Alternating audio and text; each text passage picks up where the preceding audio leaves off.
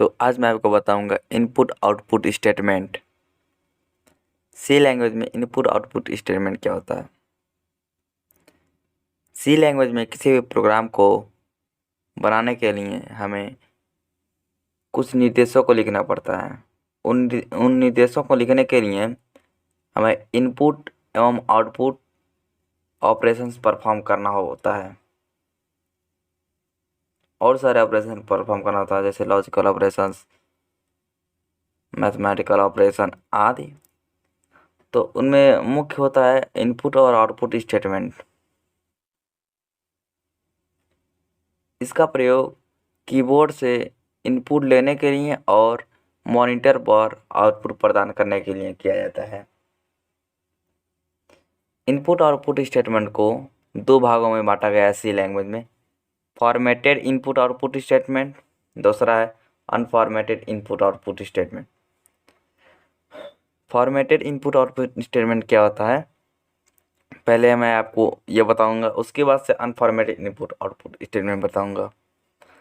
Formatted input output statement में आपको data किस प्रकार का है, किस प्रकार से डेटा रीड होगा, ये सब आपको बताना पड़ता है। मतलब फॉर्मेट आपको पूरा बताना पड़ता है। और अनफॉर्मेटेड इनपुट आउटपुट स्टेटमेंट में आपको ऐसा कुछ नहीं बताना होता है। पहले मैं आपको फॉर्मेटेड इनपुट आउटपुट स्टेटमेंट बताता हूँ। ये दो भागों में बांटा गया है, फॉर्मेटेड इनपुट स्टेटमेंट और फॉर्मेटेड आउटपुट स्टेटमेंट। अब बड़ी आसानी से याद रख सकते हैं फॉर्मेटेड इनपुट स्टेटमेंट और formatted output statement. Formatted input statement का प्रयोग हमें यूजर से किसी वेरिएबल में डाटा स्टोर कराने के लिए किया जाता है। इसके अंतर्गत एक फंक्शन का प्रयोग होता है, वो है स्कैनएफ फंक्शन। यहाँ पे है, ये है स्कैनएफ फंक्शन, ठीक है। स्कैनएफ फंक्शन ऐसे लिखा जाता है। और इस यहाँ पे कंट्रोल स्ट्रिंग जो है उसको मैं आपको बता देता हूँ कि कंट्रोल स्ट्रिंग क्या होता है। कंट्रोल स्ट्रिंग एक ग्रुप ऑफ कैरेक्टर होता है, एक या एक से अधिक कैरेक्टर्स, जो परसेंट सिंबल के साथ इंक्लूड होता है। आपको मैं उसका टेबल दिखा दे रहा हूँ। देखिए यहाँ पे कैरेक्टर ग्रुप है और मीनिंग है उसका। जैसे यहाँ पे %C, ये भी एक कंट्रोल स्ट्रिंग, ये सारे कंट्रोल स्ट्रिंग हैं और ये उनके मीनिंग है। %C का इस्तेमाल सिंगल कैरेक्टर को रीड करने के लिए किया जाता है और %D का इस्तेमाल सिंगल डेसिमल नंबर को रीड करने के लिए किया जाता है, जैसे 2, 3, 4, 5, 7, 8 जितने भी। और %F इसका इस्तेमाल फ्लोट नंबर को रीड करने के लिए किया जाता है, जैसे कि 3.5, 3.14, मतलब दशमलव में हो कोई नंबर, उसके लिए किया जाता है। %E का भी इस्तेमाल फ्लोट नंबर के लिए किया जाता है। %H का इस्तेमाल शॉर्ट इंटीजर के लिए किया जाता है, मतलब छोटे इंटीजर नंबर्स के लिए किया जाता है। और %O का इस्तेमाल सॉरी यहाँ पे मैंने गलती लिख दिया है, नहीं सॉरी, सही है। %O का इस्तेमाल ऑक्टल नंबर को रीड करने के लिए किया जाता है। और %P का इस्तेमाल किसी पॉइंटर को रीड करने के लिए किया जाता है। %S का इस्तेमाल किसी स्ट्रिंग को रीड करने के लिए किया जाता है, जैसे कि कोई स्ट्रिंग है, hello, design, review, view, layout, difference, page layout, insert, program आदि। %U का इस्तेमाल अनसाइनेड इंटीजर के लिए किया जाता है। और यहीं पर %X का इस्तेमाल आप हेक्साडेसिमल नंबर को रीड करने के लिए कर सकते हैं, ठीक है। इसको आप याद कर लीजिएगा, ठीक है। इससे आपको बहुत हेल्पफुल होगा सी लैंग्वेज सीखने में। और printf का इस्तेमाल और फॉर्मेटेड आउटपुट स्टेटमेंट में एक फंक्शन यूज होता है, वो है printf फंक्शन। यहाँ पे प्रिंट या फंक्शन ऐसे लिखा रहता है। यहाँ पे कंट्रोल स्ट्रिंग के जगह पर आप वही लिख सकते हैं जो मैंने ये सब बताया है, ये सब लिख सकते हैं। और उसके बाद और यहाँ पे आप कोई स्ट्रिंग भी लिख सकते हैं, जैसे कुछ सेंटेंस भी लिख सकते हैं, ठीक है, डबल कोटेशन के अंदर। और उसके बाद से कॉमा लगा कर वेर लिस्ट आप लिख सकते हैं। वेर लिस्ट का मतलब है कि वेरिएबल लिख सकते हैं, वेरिएबल का नाम कि डेटा कहाँ पे है। और सॉरी, मैंने यहाँ पे आपको नहीं बताया कि एड्रेस लिस्ट क्या होता है। एड्रेस लिस्ट ये वो स्थान है जहाँ पर हमारा डाटा स्टोर होगा, जिस वेरिएबल में हमारा डाटा स्टोर होगा, ठीक है। वो मैं आपको अभी प्रोग्राम बना के दिखा दे रहा हूँ। तो चलते हैं कोड ब्लॉक्स में। यहाँ पे मैं पहले आपको बता दे रहा हूँ स्कैनएफ फंक्शन क्या होता है। एच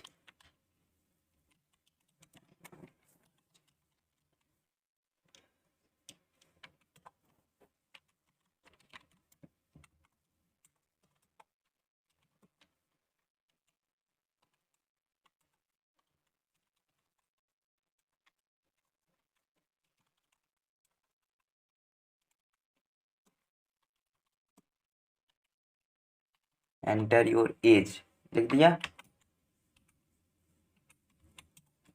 अब यह पढ़ करके यूजर अपना एज एंटर करेगा, तो स्कैनएफ फंक्शन से उसको हम देखिए यहाँ पे स्कैनएफ लिखा।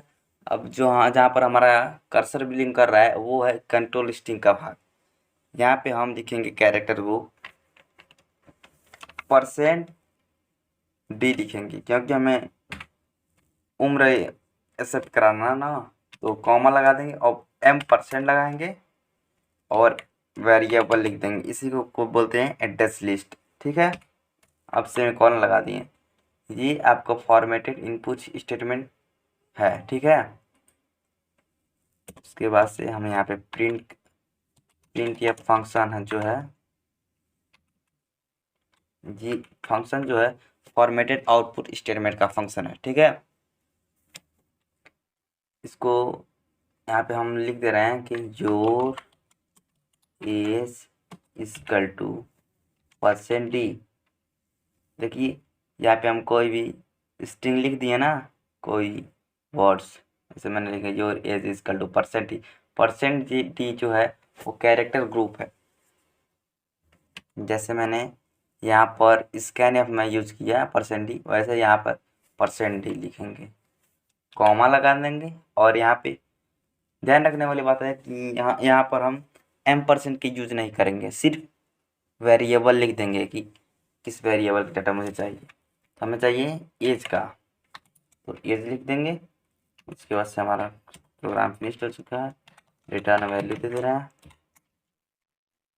रिटर्न 1 दे दिया जा रहा है। प्रोग्राम कंपाइल हो रहा है अभी।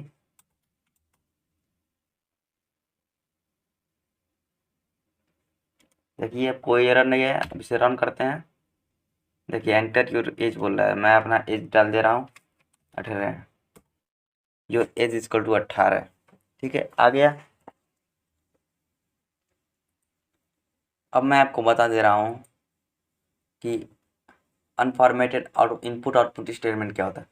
अनफॉर्मेटेड इनपुट आउटपुट स्टेटमेंट में आपको डेटा का फॉर्मेट नहीं बताना होता है। अनफॉर्मेटेड इनपुट स्टेटमेंट में दो फंक्शन यूज किए जाते हैं, गेट कैर और गेट्स का। गेट कैर फंक्शन का यूज किसी सिंगल कैरेक्टर को स्टोर करने के लिए किया जाता है, और गेट्स का यूज किसी स्ट्रिंग को स्टोर करने के लिए किया जाता है। तो मैं चालू कर देता हूँ अपना।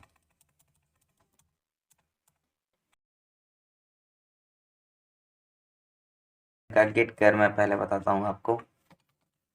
इसके लिए मैं पहले कैर टाइप का एक वेरिएबल बना ले रहा हूँ ए, ठीक है। अब मैं यहाँ पे एक वेरिएबल यहाँ पे लिख दे रहा हूँ प्रिंट या एंटर एनी कैरेक्टर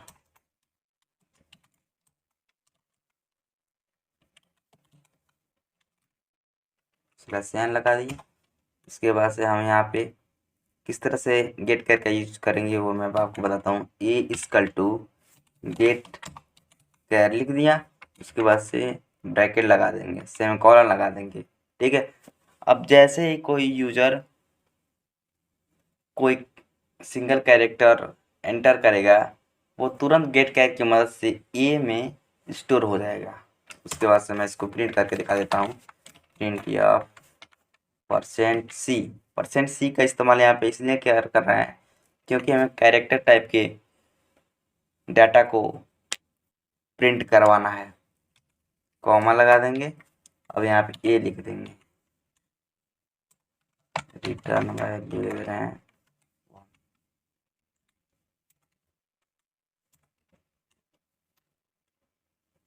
देखते हैं प्रोग्राम रन हो गया।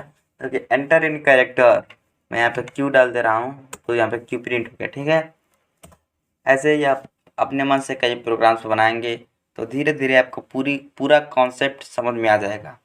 अब गेट्स फंक्शन मैं आपको बताता हूँ अनफॉर्मेटेड इनपुट स्टेटमेंट का। तो इसमें कुछ ज़्यादा करने की बात नहीं है।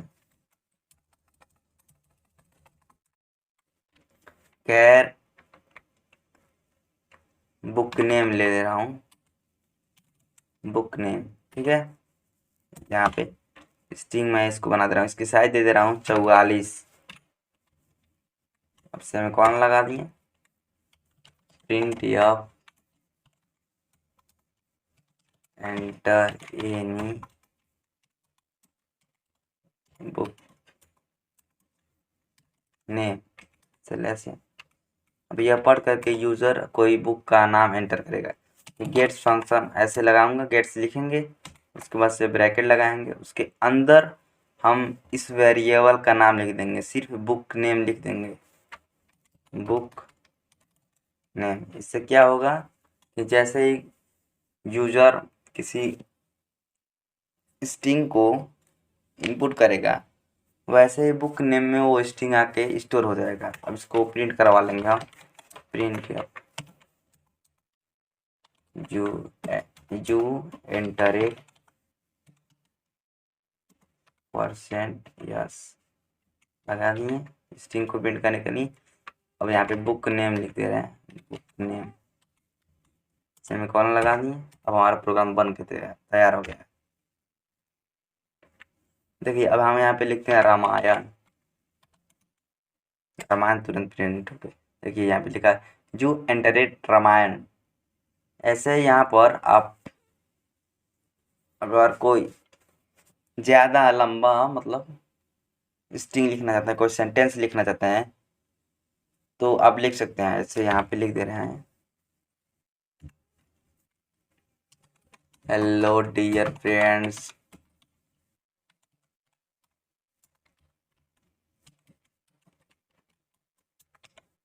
How do you feel. ठीक है, अब यही आपको लिख देगा, प्रिंट कर देगा। यहाँ पे they you entered hello dear friends how do you feel. तो ऐसे आप अनफॉर्मेटेड इनपुट स्टेटमेंट का यूज कर सकते हैं। अब मैं आपको बताऊंगा कि अनफॉर्मेटेड आउटपुट स्टेटमेंट क्या होता है। अनफॉर्मेटेड आउटपुट स्टेटमेंट एक ऐसा स्टेटमेंट होता है जिसमें हम कोई फॉर्मेट नहीं बताते हैं और हमें आउटपुट प्राप्त हो जाता है। अनफॉर्मेटेड आउटपुट स्टेटमेंट में दो फंक्शन का यूज होता है, पुट कैर और पुट्स का। देखिए यहाँ पर हमने गेट कैर की मदद से किसी सिंगल कैरेक्टर को किसी वेरिएबल में स्टोर करा है। ठीक है, और यहाँ पे हम पुट कैर की मदद से इस सिंगल कैरेक्टर को पुट कैर की मदद से अपने स्क्रीन पर प्रिंट करवाएंगे। और यहाँ पर गेट्स की मदद से कोई स्ट्रिंग हम इनपुट लेंगे, तो पुट्स की मदद से हम इसको प्रिंट कराएंगे अपने मॉनिटर पर। तो मैं आपको लेके चलता हूँ अपने कोड ब्लॉक्स में।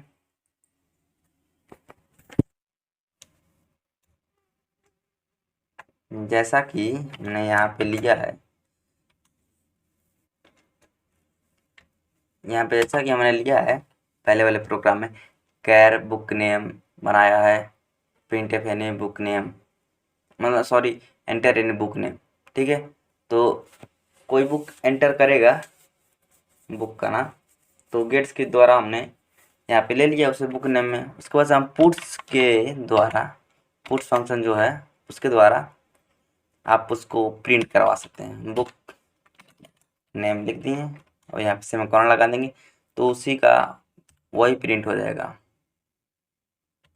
देखिए यहाँ पे लिख दे रहा हूँ गीता, गीता प्रिंट हो जाएगा। ठीक है, अब आपको समझ में आ गया होगा क्या हो रहा है यहाँ पे। ऐसे ही अगर हम कैर चॉइस लिख दे रहे हैं, ठीक है, अब यहाँ पे print of enter any character selection कर दिए। अब यहाँ पे चॉइस असाइन गेट कैर, अब यहाँ पे पुट कैर लिख देंगे। आप पुट कैर ऐसे लिखेंगे, उसके बाद से ब्रैकेट लगाएंगे, इसके अंदर आप चॉइस लिख देंगे, उस वेरिएबल का नाम लिख देंगे। लिख दिए। अब इसको रन करते हैं हम। देखिए रन हो गया। अब बोला कि एंटर एनी कैरेक्टर, कोई कैरेक्टर आप लगाइए, मतलब टाइप कीजिए। हमने यू दिया तो यू प्रिंट हो जाएगा यहाँ पे। देखिए यू प्रिंट हो गया यहाँ पे। तो अब आपको इनपुट आउटपुट स्टेटमेंट